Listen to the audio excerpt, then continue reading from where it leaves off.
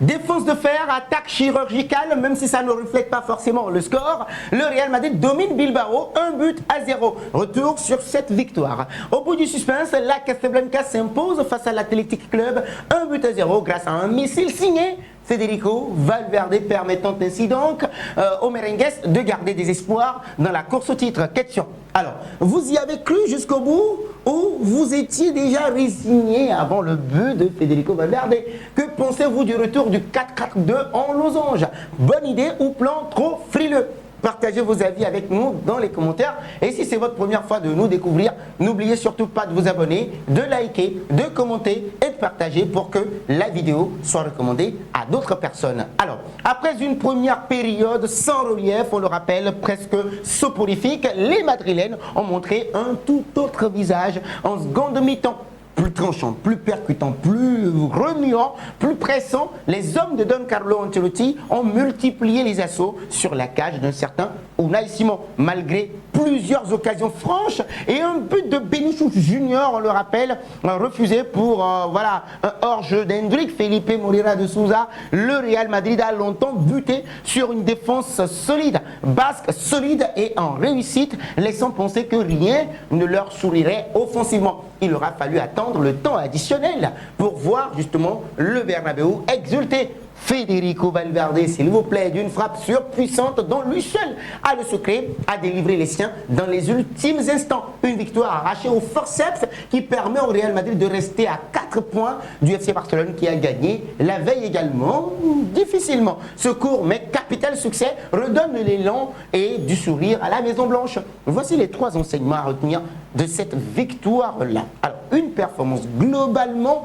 en dents de scie, nous devons le préciser. À la mi-temps, difficile de croire que ce Real Madrid-là, on le rappelle, oui, pouvait jouer ou bien jouer encore sa saison. Le rythme était lent, l'intensité quasi absente et l'on avait l'étrange impression d'assister à un match sans enjeu comme une avant-dernière journée de Liga entre deux équipes déjà tournées vers les vacances. 4 jours après la douloureuse défaite, élimination face aux Gunners d'Arsenal en Ligue des Champions à domicile, les supporters attendaient un sursaut d'orgueil, surtout au Bernabéu.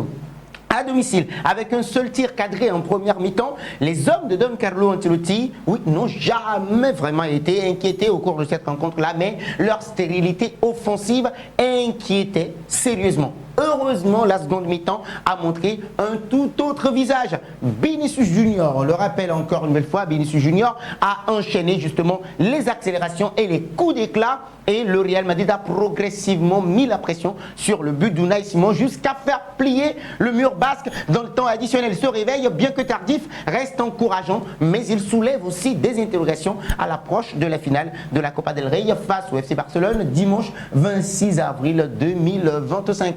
Le 4-4-2 en losange, de retour après avoir marqué les grands succès de la saison dernière, a permis un meilleur équilibre défensif, comme en témoigne justement ce 18e clean sheet de la saison. Mais offensivement, ce système a encore peu rodé. Cette saison 2024-2025 a également montré ses limites. Trop prévisible, le Real Madrid a peiné à déséquilibrer le bloc adverse. Le but libérateur de Federico Valverde, pleine lucarne, vient récompenser une deuxième période plus convaincante où une issue nulle aurait été très sévère. Globalement, ce retour à un schéma à 4 milieux semble une réussite globale. Il aura fallu également un grand Unai Simon pour retarder l'échéance. On sent que voilà, ce 4-4-2 convient mieux à ce Real Madrid-là, comme l'a confié Don Carlo Ancelotti après le match. Mon système préféré est le 4-4-2. Je l'aime beaucoup parce que c'est le meilleur système défensivement. Reste à voir maintenant si ce système sera reconduit lors des prochaines échéances, notamment avec le retour d'un certain Kylian Mbappé. Est-ce qu'on aura encore 4 milieux de terrain? Federico Valverde, lui, ah oui, par contre, sauve le Real Madrid et maintient les espoirs de la Liga, alors que tout laissait penser à un match nul frustrant, synonyme d'adieu à la Liga.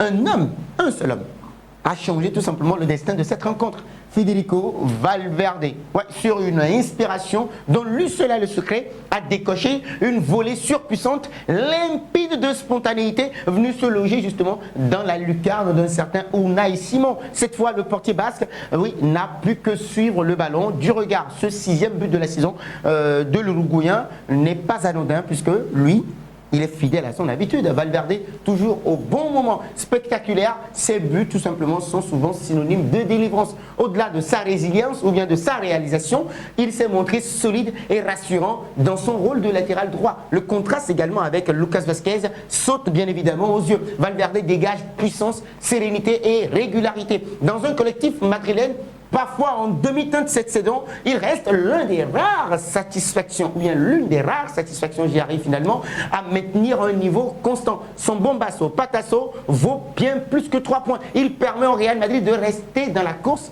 à seulement 4 jours, 4 longueurs du FC Barcelone. Un nul aurait porté justement l'écart à 6, un gouffre presque inarrêtable, ou bien irrattrapable, bien évidemment. Si les merengues parviennent à doubler le Barça à la toute fin de saison, ce but de la 32e journée restera comme un tournant, donc celui d'un héros discret, mais ô combien décisif. Vinicius Junior, encore une fois, sort le grand jeu. Lorsqu'il évolue à ce niveau-là, on le rappelle, c'est rare. Rares sont les joueurs capables de rivaliser avec lui. Attendu au tournant pour prendre les rênes de l'attaque madrilène en l'absence de Kylian Mbappé. Vinicius Junior a littéralement illuminé le Bernabéu. S'il a parfois forcé ses actions en début de match, le Brésilien n'a jamais cessé d'y croire. Résultat, il termine la rencontre avec le plus grand nombre de dribbles réussis, 5 au total, et d'occasions créées également, 6. Donc son récital aurait pu être couronné d'un but splendide annulé pour un hors-jeu d'Hendrick Felipe Moreira de Souza. Mais au-delà de cette action, Vinicius Junior a enchaîné les gestes de grande classe. Extérieur du pied millimétré, dribble dévastateur, débordement assez tranchant. Il a tout simplement martyrisé un certain Andoni Gorosabel sur le flanc, un petit pont soyeux sur Prados également, un rush solitaire suivi d'une frappe qui passe juste au-dessus des crochets fulgurants. Vinicius Junior a sorti tout simplement tout son arsenal. Dans un Real Madrid souvent en manque d'inspiration offensive, on le rappelle, Vinicius Junior a été la principale source de danger. Sa connexion avec Eduardo Camavinga, repositionné latéral gauche, a apporté un vrai dynamisme sur le flanc madrilène. Pour sa 200e victoire sous le maillot blanc, Vinicius Junior a livré une prestation de patron. Omniprésent, percutant, audacieux, parfois esselé, il a pourtant su créer le déséquilibre à lui seul. Donc, si Valverde a offert la délivrance dans le temps additionnel, et Unai Simon a longtemps retardé l'échéance, lui d'ailleurs MVP de la rencontre, c'est bien Vinicius Junior qui a fait vibrer le Bernabéu. Une prestation de gala, une de plus, mais ça nous avait manqué, ça nous avait manqué. Alors, vous y avez cru jusqu'au bout ou vous étiez déjà résigné avant le but?